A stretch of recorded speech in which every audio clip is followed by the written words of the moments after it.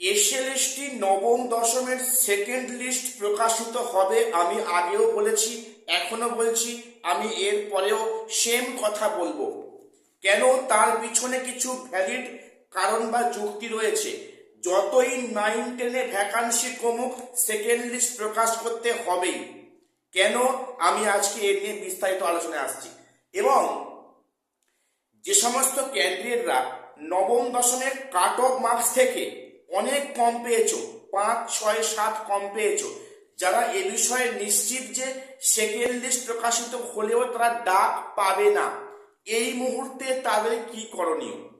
তারা এখন কি করবে? তাদের সামনে কোন রাস্তা খোলা আছে? নাম্বার 2।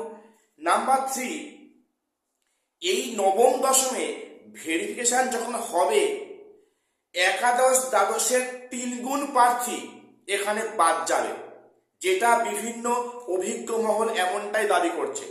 একাদশ দ্বাদশে ভেরিফাই যা বাদ গিয়েছে তার প্রায় 3 ডবল বা 3 গুণ এখানে বাদ যাবে। তো কি নিয়ে বাদ যাবে আমি সে নিয়ে আজকে বিস্তারিত আলোচনায় আসছি। যারা ভিডিওটা দেখছো প্রত্যেকের চ্যানেলটা সাবস্ক্রাইব করে রাখো এবং গুরুত্বপূর্ণ আপডেট সবার আগে পাওয়ার জন্য। প্রথম বলি যে প্রথম আজকে বলি যে যে সমস্ত ক্যান্ডিডেটরা নবম দশমে ডাক পাওনি বা তাদের এমন মার্কস হয়েছে যে কাট অফ থেকে 5, 6, 7 নাম্বার কম, অর্থাৎ সেকেন্ড ফেজ প্রকাশিত হলেও কিন্তু তাদের ডাক পাওয়ার কোনো সম্ভাবনা নেই।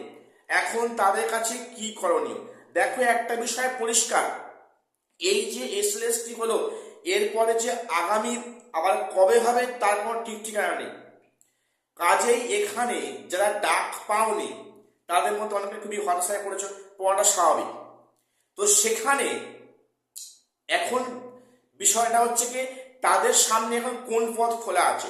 দেখো, সামনে আপার প্রাইমারি এক্সামের বিজ্ঞপ্তি এই জানুয়ারিতে প্রকাশিত হওয়ার কথা।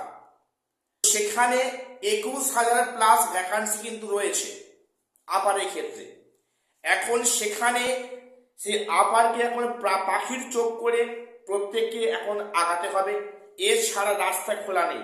এই আপার এই যে হবে এরপরে, আচ্ছা, আপারের যে পরীক্ষাটা কিন্তু ভোটের আগে নেওয়া মনে হয় সম্ভব হবে না, বা হলেও কিন্তু সেটা খুবই ক্ষীণ সম্ভাবনা।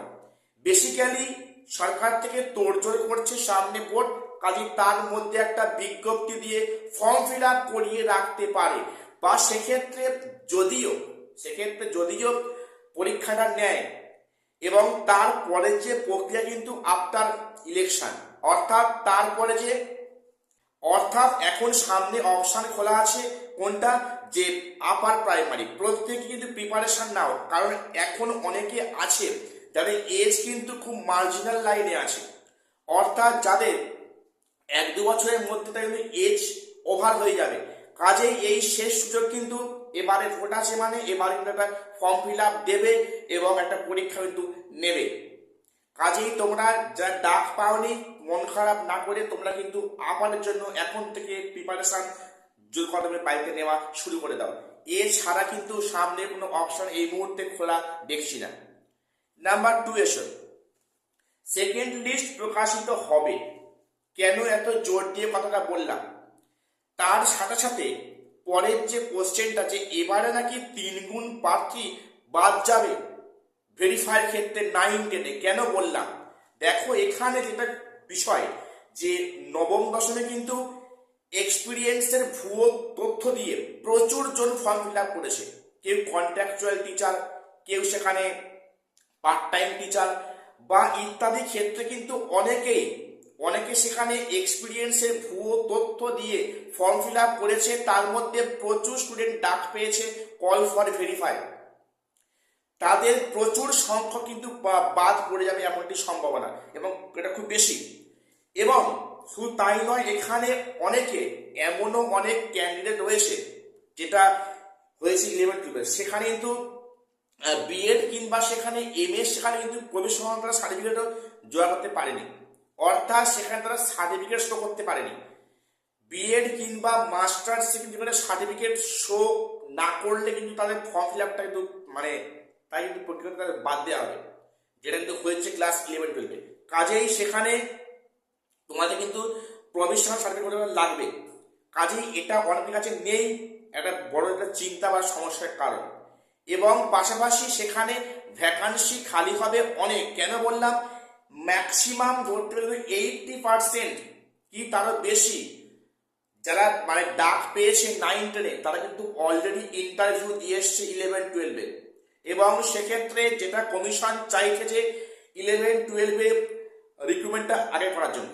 আগে বলতে সেখানে যদি কাউন্সিলিংটা হয়ে যায়, তারপর যদি 9-10-এর প্রক্রিয়া শুরু হয়, তাহলে কিন্তু ফায়দা হবে ক্লাস 9-10-এর জন্য। সেখানে তারা পুনরায় কিন্তু আর সেখানে ব্যাকে আসবে না 9-10-এ, এলেও সেটা খুব কম সংখ্যায় আসবে।